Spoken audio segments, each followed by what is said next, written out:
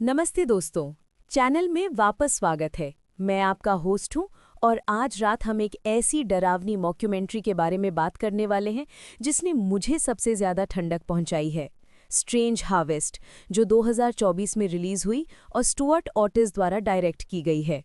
इस फिल्म में पीटर जीजो डिटेक्टिव जो कर्बी की भूमिका में है और टेरी एप्पल डिटेक्टिव लेक्सी टेलर के रूप में, जो एक सीरियल किलर का पीछा कर रहे हैं, इतना डरावना कि आप लाइट जलाकर रखना चाहेंगे।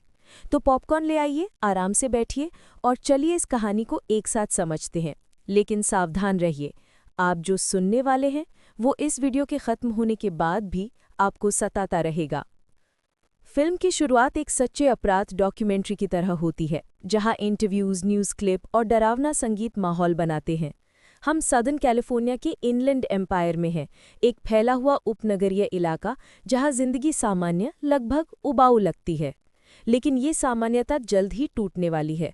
डिटेक्टिव जो कर्बी और लेक्सी टेलर को अनुभवी पुलिस वालों के रूप में पेश किया जाता है, थके हुए लेकिन समर्पित। वे ऐसे लोग हैं जिन्होंने सब कुछ देख लिया है, लेकिन अब तक नहीं। पहला अपराध स्थल शेरिडन परिवार के घर पर एक रूटीन वेलफेयर चेक है। कैमरा धीरे धीरे शांत मोहल्ले से घूमता है, चिड़ियों की चहचहाट, पेड़ों से छनती धूप। लेकिन घर के अंदर सन्नाटा भारी पड़ता है। सामने का दरवाज़ा चढ़चढ़ाता हुआ खुलता है और हम देखते हैं 3 लोगों का एक परिवार, डाइनिंग टेबल पर बंधा और मुंह अटका हुआ। उनके शरीर से खून निकाल लिया गया है। छत पर एक अजीब सा प्रतीक उनके खून से पेंट किया गया है, किलर द्वारा छोड़ा गया एक गूढ़ संदेश। डिटेक्टिवों की आवाज़ कांपती है जब वो दृश्य बताते हैं। तांबे की गंध, सन्नाटा, पूरी भयानकता। ये सिर्फ हत्या नहीं है, ये एक रस्म है, और ये तो सिर्फ शुरुआत है। जैसे जैसे जांच आगे बढ़ती है, हमें पता चलता है कि ये किलर पहली बार हमला नहीं कर रहा है। 1990 के दशक में इनलैंड एम्पायर में हत्याओं की एक सीरीज ने हलचल मचा दी थी। जंगल में एक जवान औरत के टुकड़े टुकड़े, एक बुजुर्ग आदमी की रिटायरमेंट होम में पिटाई और नोआ नाम का एक लड़का अगवा और उसका लिवर निकाला हुआ मिला था। लेकिन उस समय किसी ने इन अपराधों को जोड़कर नहीं देखा था। अब शेरिडन परिवार नरसंहार के साथ पैटर्न साफ है।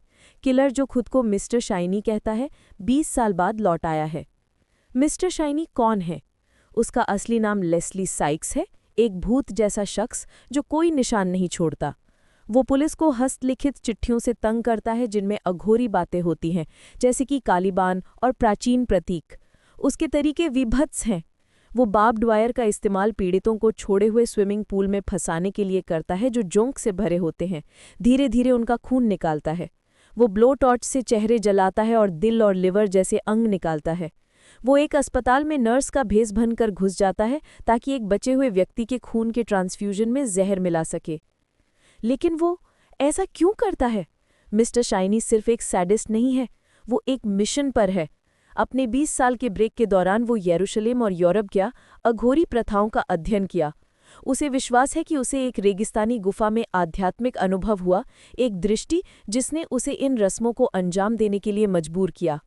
उसका लक्ष्य 13 हत्याओं की एक सीरीज पूरी करना, जो एक दुर्लभ ग्रहणीय घटना के साथ मेल खाती है जो हर 800 साल में एक बार होती है। जो प्रतीक वो छोड़ता है वो एक प्राचीन भविष्यवाणी का हिस्सा है, एक अंधेरी कॉस्मिक शक्ति को बुलाने का एक तरीका। कर्बी और टेलर समय के खिलाफ दौड़ते हैं, सुरागों का पीछा करते हुए कॉफ़ी शॉप से स्टोरेज यूनिट तक जाते हैं। वे गवाहों से पूछताछ करते हैं, एक बेघर आदमी जिसने मिस्टर शाइनी का मास्क देखा, एक सिक्योरिटी गार्ड जो बाद में खुद पीड़ित बन जाता है।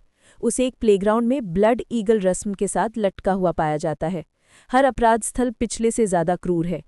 एक डोनट शॉप के कर्मचारी का दिल निकाला गया, एक टीनेजर को वेबकैम पर गोली मारी गई और फिर अस्पताल में उसका काम तमाम कर दिया गया। एक जवान जोड़े की हत्या और उनके शिशु बेटे का अपहरण। डिटेक्टिवों की हताशा बढ़ती है। वे एक ऐसे किलर से निपट रहे हैं जो हमेशा एक कदम आगे रहता है, टेक्नोलॉजी का मैनिपुलेट करता है और पीड़ितों से संवाद करने के लिए पब्लिक वाईफाई का इस्तेमाल करता है। फिल्म यथार्थवाद को ब्रह्मांडीय हॉरर के साथ मास्टरफुली मिलाती है। ट्रू क्राइम फॉर्मेट आपको ऐसा महसूस कराता है कि ये सच हो सकता है, लेकिन अघोरी तत्व एक समझ से परे डर की परत जोड़ते हैं। जैसे कि एक डिटेक्टिव मानता है, हमें लगा कि हम एक आदमी का शिकार कर रहे हैं, लेकिन हम एक परछाई या कुछ और बदतर का पीछा कर रहे थे। आखिरी अंक कर्बी और टेलर को सैन बर्नार्डिनो नेशनल फॉरेस्ट ले जाता है, जहां ये सब शुरू हुआ था।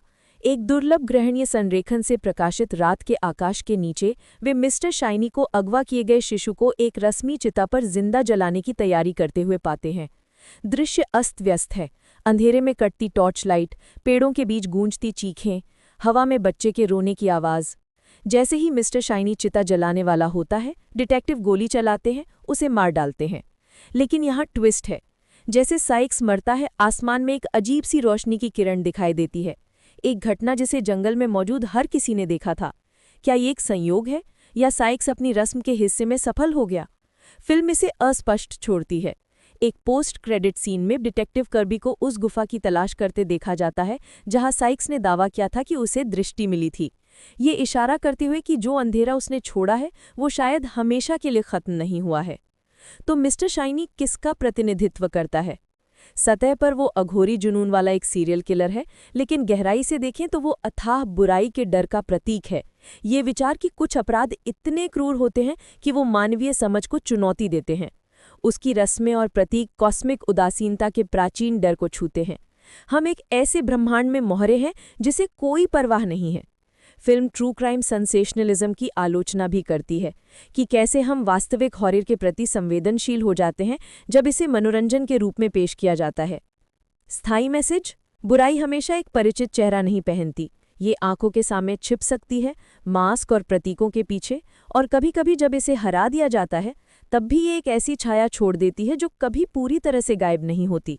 जैसे कि एक किरदार कहता है, उसने वादा किया था कि वो 800 साल में लौटेगा और मुझे उस पर विश्वास है। स्ट्रेंज हार्वेस्ट सस्पेंस में एक मास्टर क्लास है जो ट्रू क्राइम यथार्थवाद को लवक्राफ्टियन हॉरर के साथ मिलाती है। अगर आपको द ब्लेयर विच प्रोजेक्ट या 7 जैसी फिल्में पसंद हैं तो ये ज़रूर देखें, लेकिन तैयार रहिए, ये कठोर, ग्राफिक और गहराई से परेशान करने वाली है। देखने के लिए शुक्रिया दोस्तों। अगर आपको ये ब्रेकडाउन पसंद आया तो लाइक बटन दबाएं और हॉरर डीप डाइव्स के लिए सब्सक्राइब करें। और याद रखिए, अगली बार जब आप अंधेरे में अकेले हों तो ध्यान से सुनिए, क्योंकि कहीं ना कहीं मिस्टर शाइनी इंतज़ार कर रहा हो सकता है। सुरक्षित रहिए।